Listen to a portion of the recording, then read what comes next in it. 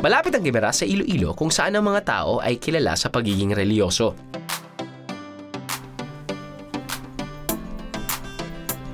Ito marahil ang dahilan kung bakit marami ring pilgrimage sites at simbahan ang pwedeng mabisita dito.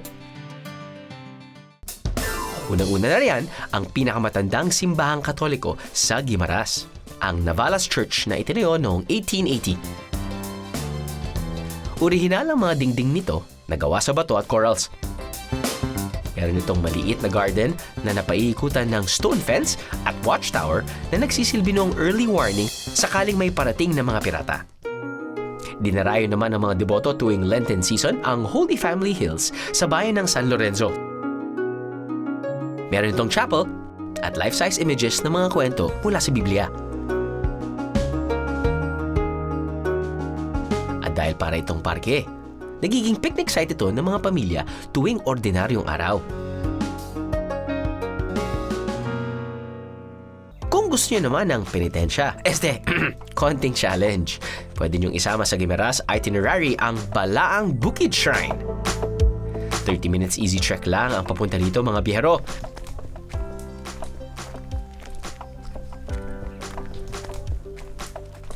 Sa trail, madadaan ang 14 Stations of the Cross.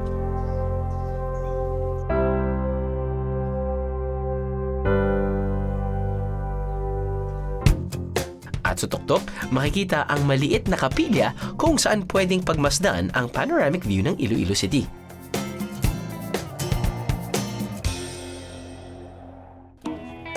Sa mga gusto ng memorabilia na rosaryo, huwag kalilimutang bumili sa mga kaibigan nating ati. Nahanap buhay ang paggawa ng mga wallet, bag at mga inukit na kagamitan mula sa kahoy. Linyat, ano pong ginagawa natin? Gumagawa ako ng rosary. Rosaryo. Ano yan? From scratch po yan? Talagang mula dito sa beads, tapos ito, kayo na rin po gumagawa? Ang mga ati ang isa sa mga unang residente ng Panay Island. Kailan po ba nagsimula itong samahan nyo at parang cooperative? Matagal na, sir. Tagal na rin. Gano'ng katagal na po? Tagal na nag-start yung livelihood namin, 1992. 1992. Bago po nag-start noon, ano po yung source of income ng mga tao dito? Magsasaka, sir, sa construction. Yung mga babae, sir, sa bahay lang gumagawa ng weaving. So matagal na po yung weaving sa buhay ng mga tao dito? Oo, sir. Matagal na po Oo, talaga. yan talaga yung hanap buhay namin. Si Lola, Lola, kumusta po? Good morning po. Maayo man. Maayong... Maayo. Gaubura pa man. Goo. Trabaho. Gumagawa pa din. La, ilang taon na ho kayo? Edad mo? 95. Mga... 95 na siguro. 95. 95.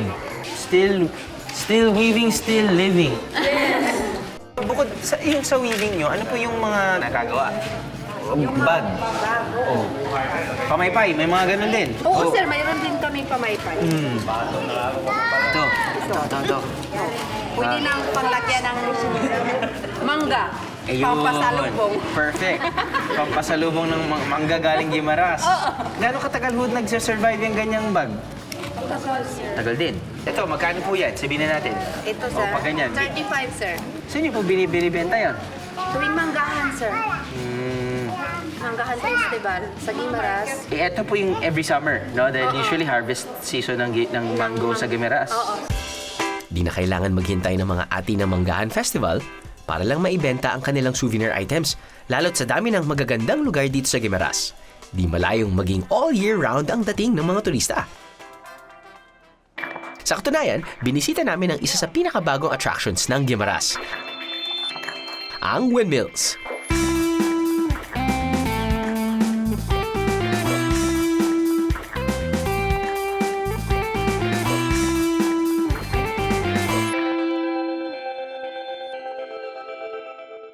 Kung sa Ilocos ay nasa tabing dagat, sa Rizal ay nasa bundok, dito sa Guimaras ay may 27 units ng wind turbine generator na nakatayo sa farm at hills. Background ng napakagandang view ng Panay Gulf. Bakit ho na dito ho yung na-install yung wind farm sa ganitong lugar? Dahil ho, itong location na to is in between Panay Island and Guimaras. At saka dinaanan ito ng hangin 6 months in the year, no? Like amihan, which is the prevailing wind direction dito sa Guimaras. Ang windmills, di lang nagbibigay ng renewable energy, naging instant tourist attraction pa ng probinsya.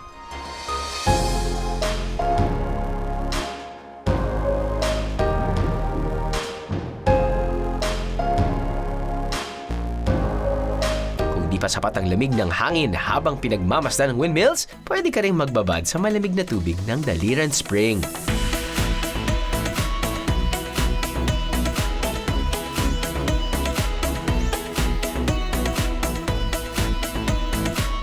Mula sa bundok ang tubig sa swimming pool na to. Pinaniniwalaan ng mga taga rito na therapeutic ang tubig. Dahil bukod sa natural na malinis, mahalo sa tubig tabang ang tubig dagat kapag high tide. Ilan lakad lang mula sa Daliran Spring, makikita ang Daliran Cave. Kapag maulan, nagiging mini swimming pool daw ang loob ng kuweba. Kapag mababa naman ang tubig, pinapasok ito ng mga turista para makita ang stalactites at mga paniki na nakatira dito.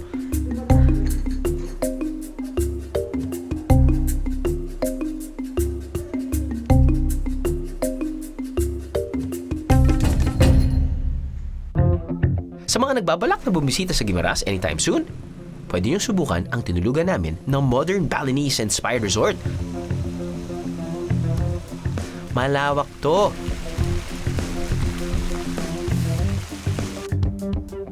At komportable ang mga kwarto.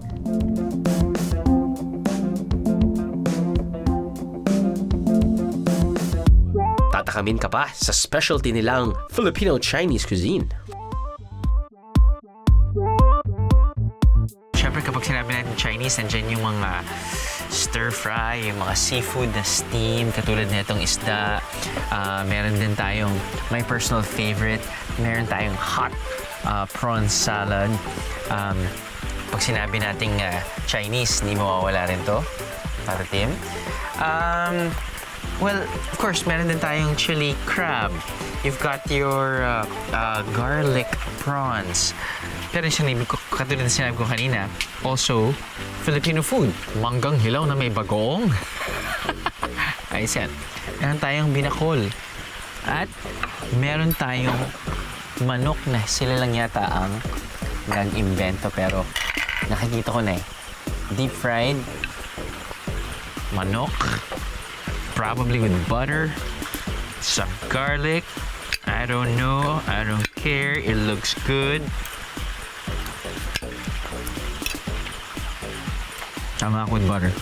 It's sweet, it's buttery, it's deep fried, it's crunchy, it's good. Oh yeah.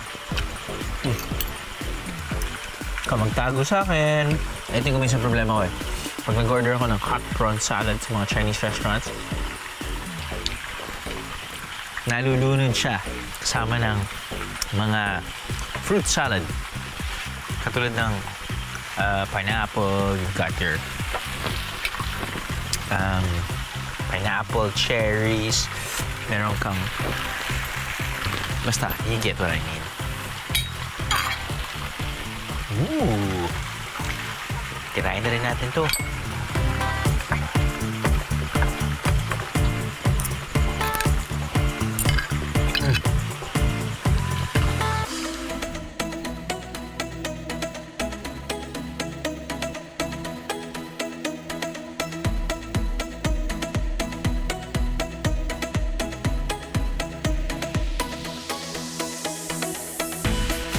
Lean season for traveling sa Pilipinas kapag pumapasok na ang tag-ulan.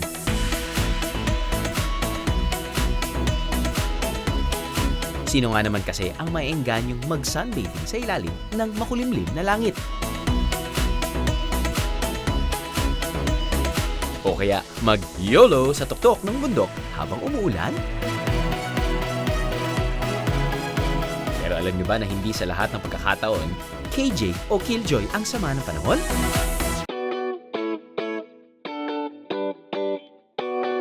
Dahil may mga destination na lalong umaangat ang ganda kapag inuulan.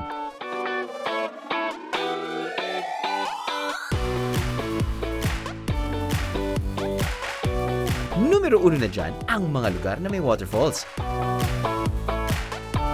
Gaya na lang ng Tinoy Ann Falls na tinaguri ang mini Niagara Falls ng Bislig sa Surigao del Sur. Kapag tag-init, mahina ang tubig dito na nanggagaling pa sa bundok. Pero kapag tag-ulan, mapapanganga ka na lang dahil sa perfect curtain na pagbagsak ng tubig. Tuwing tag-ulan din, tumataas ang tubig sa mga ilog.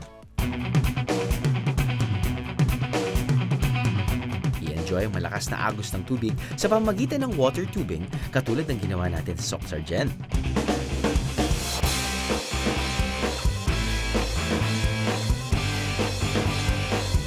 O kaya magpatangay sa wild rapids ng Ulot River sa Western Samar. Sakay ng torpedo boat.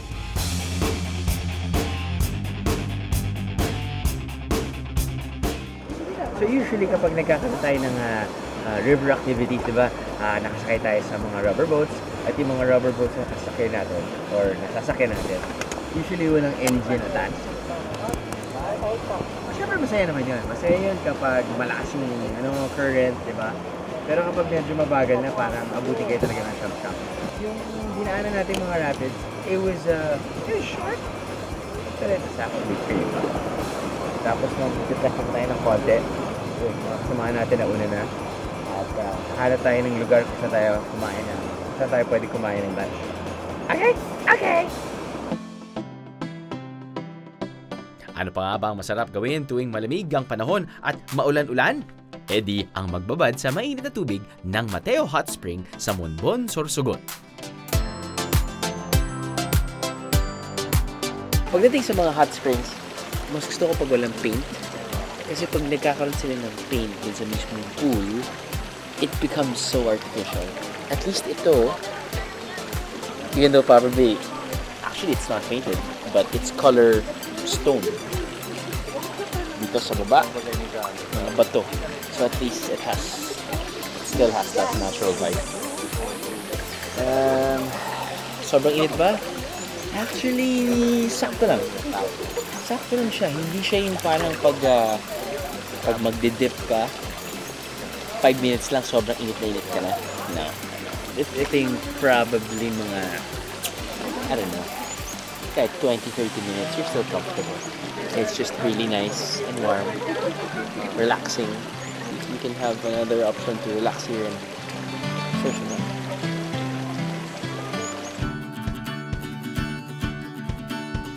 Patunay ang mga lugar na to na umaraw man o umulan, ang kagandahan ng Pilipinas walang kupas.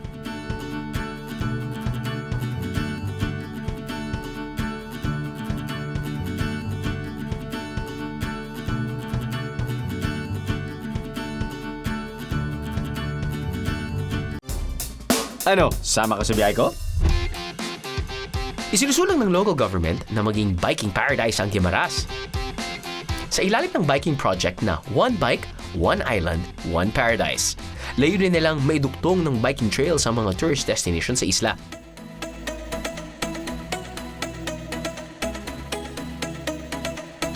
Siyempre, hindi pa kasama ang nagagandahang islets na mararating lamang ng bangka.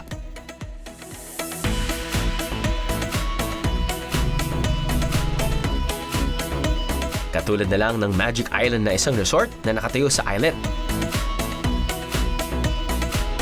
Tuwing low tide raw, lumalabas ang sandbars na nagdurugtong nito sa mga katabing islet. Bilang isang isla, mahalaga sa mga taga-Guimaras ang bangka. Kaya if you're looking for the ultimate pasalubong, tada! Ipinagmamalaki ng Guimaras Model Galleon Makers Association ang kanilang mga miniature boat.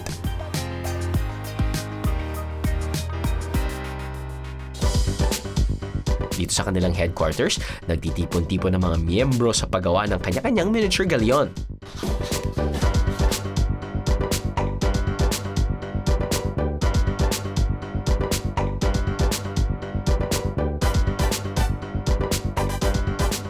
Pagkatapos may forma ang kahoy, iniuuwi nila ito sa kanilang bahay para tapusin. Ang mga anak o kaya apo ang tagakinis ng kahoy. Habang ang asawa naman ang tagagawa ng layag. Parang family business lang. Ang paggawa ng miniature galleon ay minaana pa raw nila sa kanilang mga ninuno.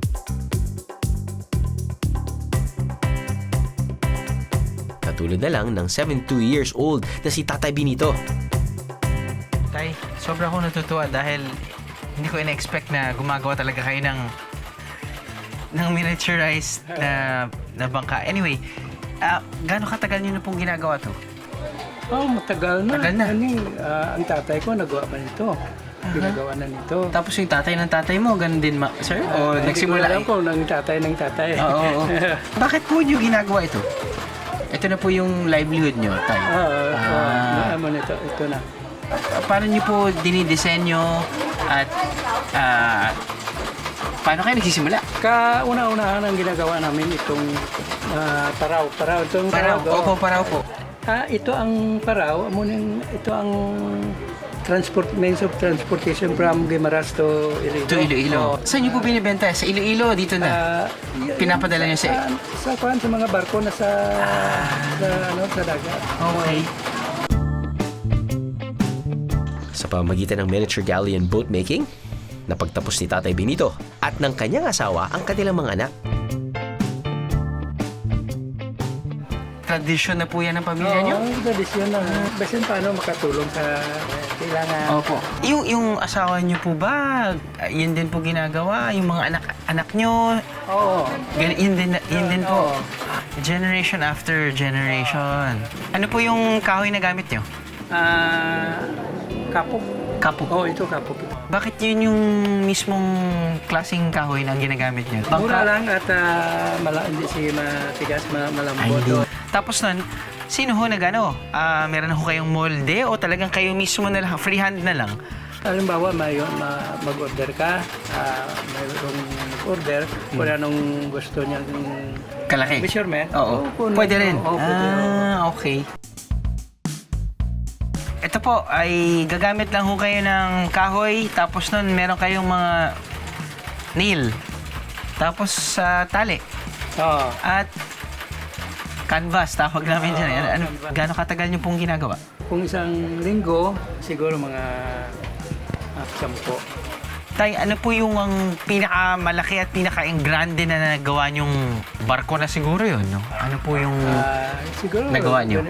Parang ganyan? Oo, mga model lang to. Ito yung parang old style na ng mga barko, eh, no? Oo. Kung mayroong mga gustong mapagawa, Oo. bigyan na kami ng picture. Tapos gagayahin niyo po? Oo. Oh. Katulad niyan, tay, magkano po yung binibenta? 150 itong 150 full size, pesos. 150 pesos. Okay.